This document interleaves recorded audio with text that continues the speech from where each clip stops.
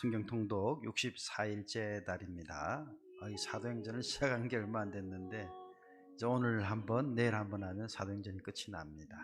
자, 사도행전 15장에서 21장 계속해서 우리가 이제 터키에서 그리스까지 이제 성지순례를 하게 되었죠. 함께 오늘도 많은 은혜 받으시기를 바랍니다.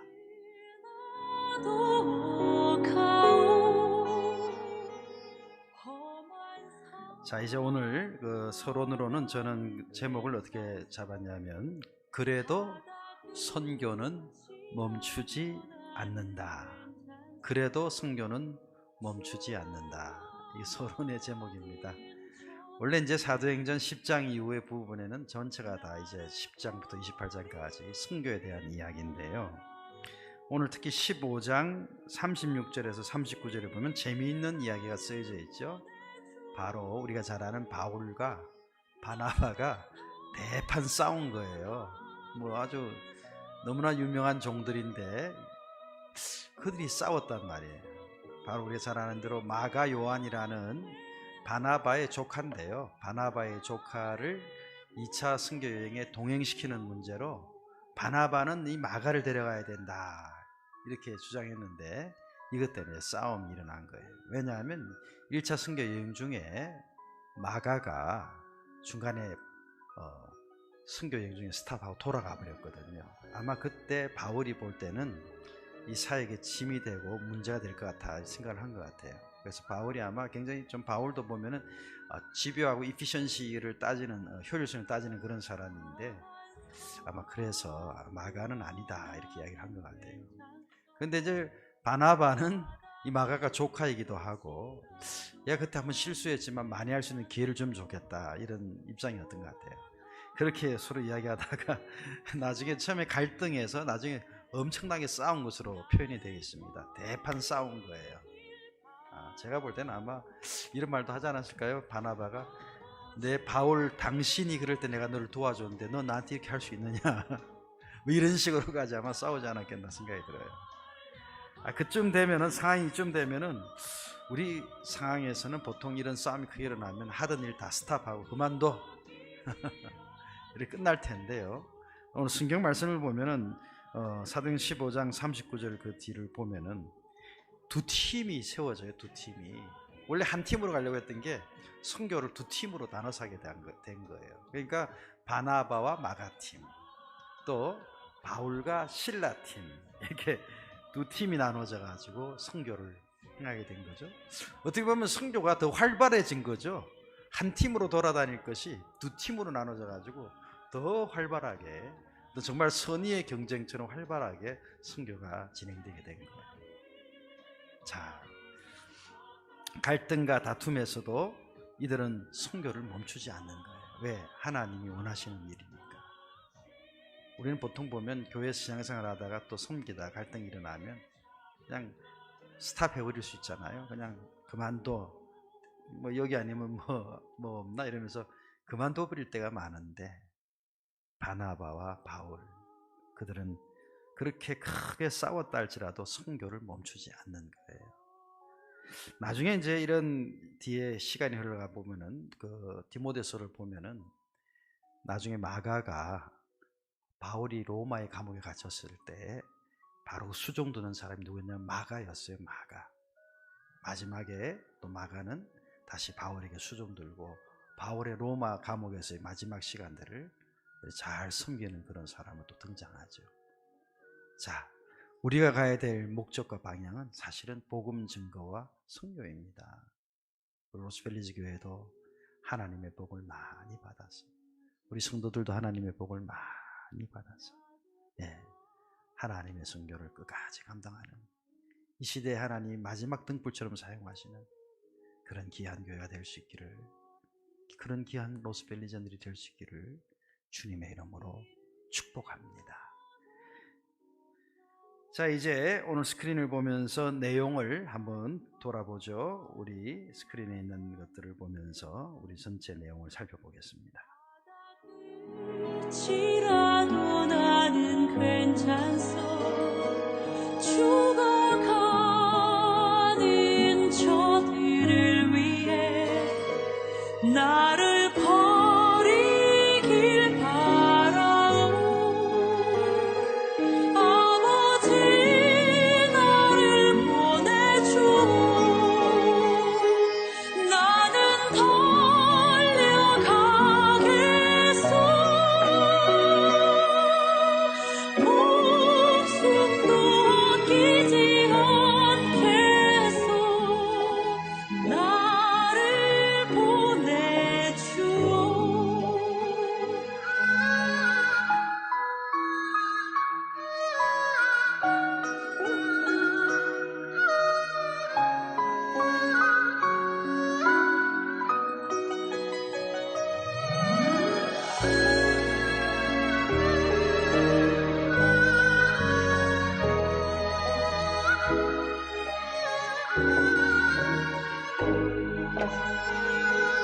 험한 산도 나는 괜찮소. 바다 끝이라도 나는 괜찮소.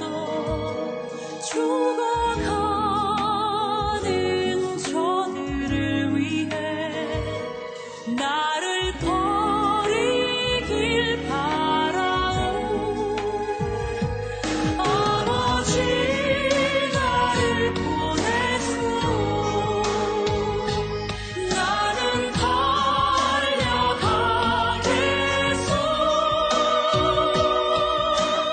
목숨도 아끼지 않겠소.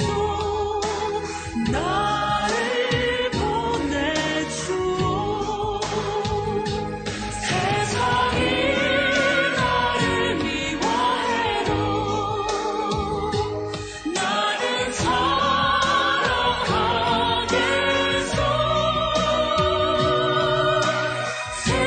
세상을 구원한 십자가 나도 따라가오.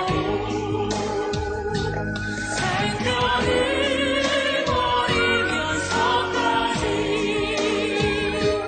나를 사랑하시니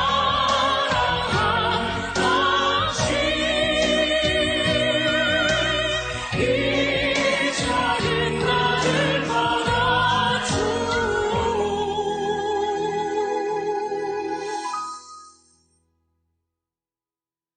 나도 사랑하오.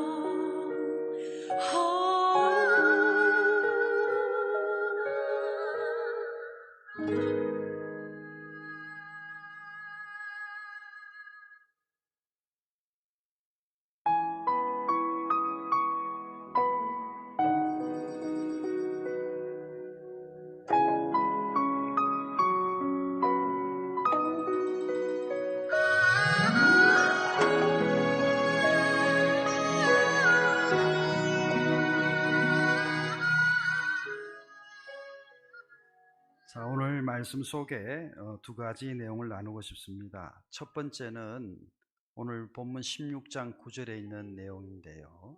그 제목은 제가 하나님의 비전을 바라보자 라는 제목을 잡았습니다. 하나님의 비전을 바라보자. 사도행전 16장 9절에 보면 이제 바울이 드로아에서 환상 중에 누구를 만났느냐면 마게도냐 사람을 만납니다. 그때 마게도냐 사람이 나타나서 환상 중에 건너와서 우리를 도우라라고 이렇게 환상 속에 나타나 말합니다. 사실 그때까지 성경을 보면 바울은 소아시아에서 더 오히려 터키 북동쪽으로 넘어가서 복음을 전하는 걸 계획을 하고 있었어요. 근데 성령께서 예수의 영이 허락하지 않았다라고 기록하고 있거든요. 그런 가운데 마게도냐 사람이 환상 중에 나타나서 건너와서 우리를 도우라 이렇게 이야기하는 거예요. 근데 우리에게서 하나 생각해 볼 것은요, 바울이 그 당시에 터키 지역, 소아시아 지역에 엄청난 공을 들여가지고 많은 선교의 거점을 확보하고 요충지를 확보했거든요. 그래서 자기의 생각대로 소아시아 지역을 넘어서 이렇게 가면은 이 터키, 오늘날 터키 인근 전체 지역 전체가 다 하나님의 땅으로 들어오겠다, 이런 인간적인 그런 그림이 있었던 것 같아요. 플랜. 그런 플랜이 있었는데 갑자기 한순간에 하나님이 그 플랜을 다 멈추고 마게도냐로 넘어가라고 이렇게 말하는 거죠. 그때 만약에 이 바울이 그래도 고집을 피우고 터키의 북동쪽을 돌아서 동쪽으로 갔다면, 동쪽으로 복음이 나갔다면 아마 그것으로서 바울의 사역은 끝이 나지 않았을까 싶어요. 그럼 오늘날 이슬람은 더 확장이 되어서 아마 유럽도 이슬람 세력에 들어갈 수 있을 수 있겠고요. 왜냐하면 로마는 그 당시 기독교 국가가 아니니까요. 예, 북아프리카 이슬람, 지금 문명 사회에 해당되는 그 전체 지역이 이슬람화 될 수 있었을 것 같아요. 우리가 잘 아는 대로 그 당나라 시절에 한 AD 한 600년 정도에 네스토리안 종파 일파가 들어가서 경교라는 기독교의 이단 네스토리안파가 들어가서 경교가 전달됐거든요. 그러니까 이렇게 있다가 흔적도 없이 결국은 다 사라졌을 거예요. 경교가 그 당시 있었지만 다 사라졌거든요. 그러니 우리가 하나님의 비전을 바라보지 않으면 이게 사라지고 말 일들이 되고 말 것인데, 이 바울이 자기의 계획과 자기의 열심과 투자 원신들을 다 쏟아부은 소아시아 지역을 이제 스탑하고 하나님 비전을 따라 이제 마게도냐로 넘어감으로 말미암아 로마까지 복음을 전하는 역사가 나타났죠. 비전 50을 숨기는 가운데도 이런 일이 있었습니다. 시진핑이라는 국가주석이 중국을 급격하게 공산주의로 통제하는 가운데 많은 선교사들이 추방되고 우리의 사역들도 다 조사되어 가지고 중국에 있는 비전 50 그 국가본부 대표들이 다 조사를 받았어요. 그리고 지금 몇 년 동안 중국을 제대로 들어가지를 못하고 있었어요. 그 가운데 갑자기 미얀마, 베트남, 캄보디아, 티베트, 저쪽 너머에 네팔, 방글라데시, 터키, 북아프리카 지역까지 갑자기 우리와 이 모든 것이 순식간에 연결되어지면서 지난번에 선교사 국가대표 임원들이 우리를 방문한 것처럼 우리 비전 50 사역이 세계적인 사역으로 급변하게 되었어요. 우리는 알 수 없습니다. 하나님의 계획과 비전을. 그저 열심히 성실하게 그 비전을 따라가다가 하나님이 이끄시는 곳까지 묵묵하게 성실하게 나갈 뿐입니다. 그러면 하나님이 일을 하실 것이고 그저 하나님 손에 붙들린 그런 귀한 도구가 된다면 얼마나 행복하겠습니까? 사랑하는 성도 여러분, 내 생각과 내 방법과 내 계획을 다 내려놓고 하나님의 비전에 초점을 맞추고 우리 남은 생애가 그 하나님 주신 비전을 쫓아가는 그러한 꿈꾸는 생애가 되시기를 주의 이름으로 축복합니다.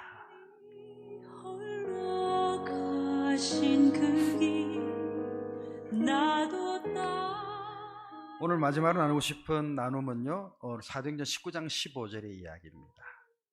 그게 보면 악한 귀신이 이야기하는 내용이 나오는데 뭐라고 이야기하냐면, 내가 예수도 알고 내가 바울도 아는데 너는 누구냐라는 악기의 말이 나옵니다.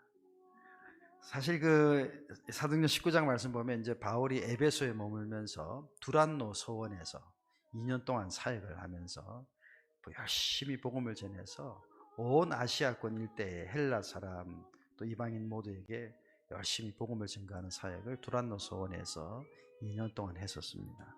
그때 하나님이 바울과 함께 해주셔서 정말 대단한 능력을 행하게 한 거예요. 어느 정도 능력이 나타났냐면 바울의 손수건이나 앞치마 부분 이런 것들을 누가 갖고 와서 환자에게 덮어주면은 그것을 그 위에 이렇게 덮어씌우거나 얹어주면은 막 악기가 떠나는 거예요. 귀신이 떠나는 거예요. 질병이 고쳐지는 거예요.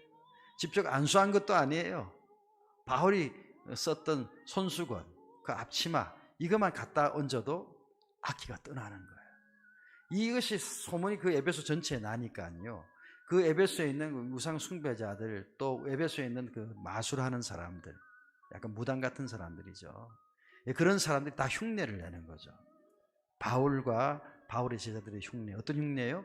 예수 이름의 명하노니 악기야 물러가라. 이 흉내를 내면서 자기들이 그렇게 귀신 쫓는 것처럼 막 하려고 한 거예요. 그 중에 그 유대 제사장 스게와라는 사람이 있었는데 그 스게와의 7 아들이 그런 일을 하는 사람들이었던 거예요. 자, 그것도 아이러니하죠. 제사장 출신의 가문의 아들들이 마술을 하고 무당짓을 하는 일을 하는 거예요. 그래서 흉내 내어서 그 귀신 악기 들린 사람에게 막 예수 이름, 바울이 이야기하는 예수 이름을 명하노니 물러가라 이렇게 이야기하니까 그 악기가 하는 말이 내가 예수도 알고 바울도 아는데 너희는 누구냐 이러면서 악기가 힘을 내가지고 그 사람들 그 중에 두 사람 위에 올라타서 두 사람을 이렇게 제어하고 그래서 그 악기가 두 사람을 상처를 주고 막 힘을 쓰니까 감당이 안 되는 거죠, 악기한테. 그래서 옷을 벗고 그냥 몸이 상한 채 도망치고 말았거든요. 이 7명의 스와계 제사장의 아들들이 그렇게 도망쳤어요. 두 사람은 몸이 상하고. 이 글을 읽으면서 예수도 내가 알고 악기가 하는 말이 바울도 내가 아는데 너는 누구냐? 너는 누구냐? 이런 존재가 되는 것이 얼마나 슬픈가 하는 거예요. 오늘 우리가 예수를 믿는 사람으로서 그죠? 어느 날 악기가 너는 누구냐? 네 가진 것이 무엇을 할 수 있느냐? 하면서 우리의 영혼과 정신세계, 마음속에, 육신속에 스며들어온다면 어떻게 할 것인가 하는 거예요. 그래서 우리가 진정한 예수의 사람으로 또 성령의 충만으로 또 회개와 거룩한 삶으로 악기가 우리를 보는 순간 내가 너를 안다. 너는 로스펠리스 교회 그 암흑의 김장도 아니냐. 아 제발 나에게서 떠나가다오. 나는 너 때문에 너무 힘들다. 악기가 도망칠 수밖에 없는. 예? 예수도 알고 바울도 아는데 로스펠리스 교회 그 박집사도 나는 안다. 박집사도 안다. 아 로스펠리스 교회 나 안다. 그게 갔다가는 우린 다 죽는다 하고 악기가 도망쳐가는 그런 우리의 충만한 영적 삶이 늘 날마다 되어지기를 주님의 이름으로 축원합니다. 자, 오늘 퀴즈 말씀은요, 사도행전 15장 20절에 보면은 예루살렘 교회가 그 이방인 성도들이 지켜야 할 규례로 토론이 벌어지는 게 있어요. 왜냐하면 바울 목사님, 바나바 일행이 순교를 마치고 돌아와서 보고를 쭉 하니까 이 할례, 그 예루살렘 교회 안에도 유대인들이 예수를 많이 믿었는데 그 중에도 율법을 열심히 지키려는 사람들이 있었던 거예요. 경우에 따라 이게 이제 나중에는 거짓 유대교 교사들이 될 수 있는 사람들이죠. 예수 이야기는 하지만 실제 율법을 강조하는, 오늘날로 말하면 안식교 같은 거죠. 안식교. 그래서 율법을 지켜야 된다, 할례를 받아야 된다 이런 말들을 막 예루살렘 교회 안에 있는 믿는 사람 중에, 성도 중에도 이런 말들을 하는, 율법에 열심을 내는 사람들이 있었던 거죠. 그래서 막 토론이 벌어지고 베드로가 이야기하고 야고보가 이야기해서 결론이 어떻게 났냐면, 그것이 이제 사도행전 15장 20절에 결론이 나온 거죠. 우리 사도행전 15장 20절을 통해서 이방인 성도들이 지켜야 할 규례를 한번 확인해 보시기 바랍니다.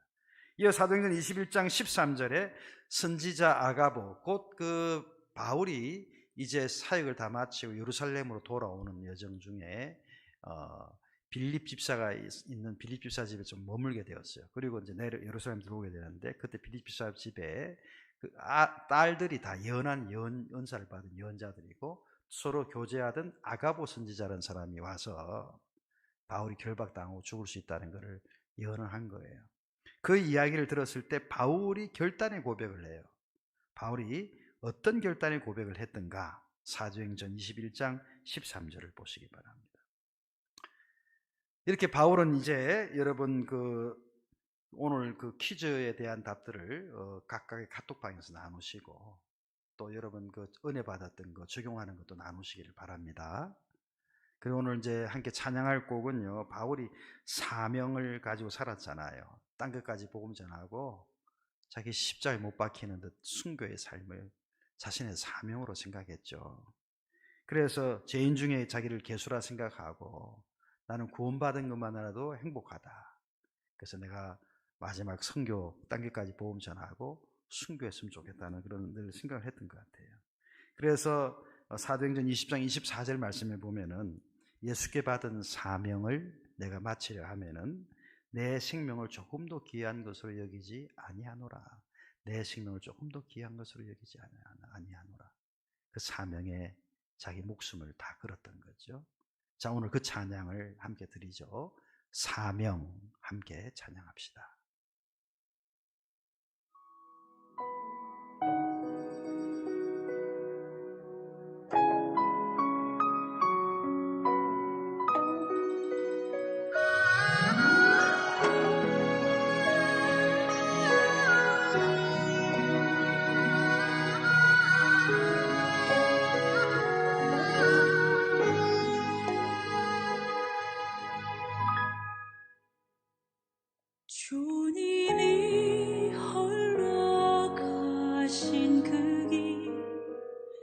나도 따라가오.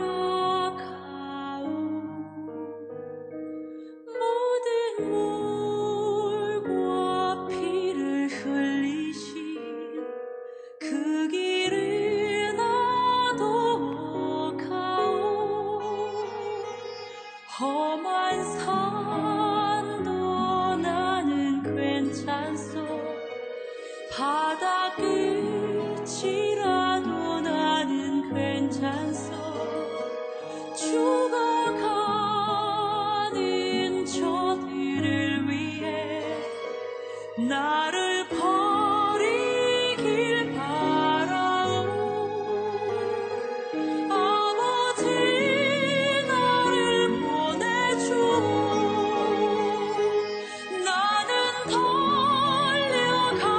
달려가겠소. 목숨도 아끼지 않겠소. 나를 보내주오.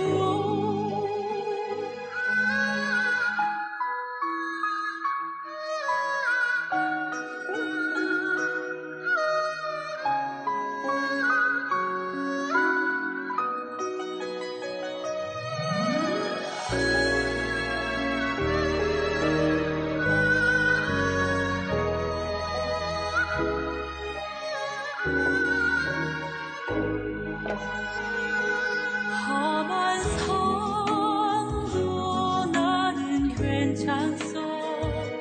바다 끝이라도 나는 괜찮소. 죽어가는 저들을 위해 나를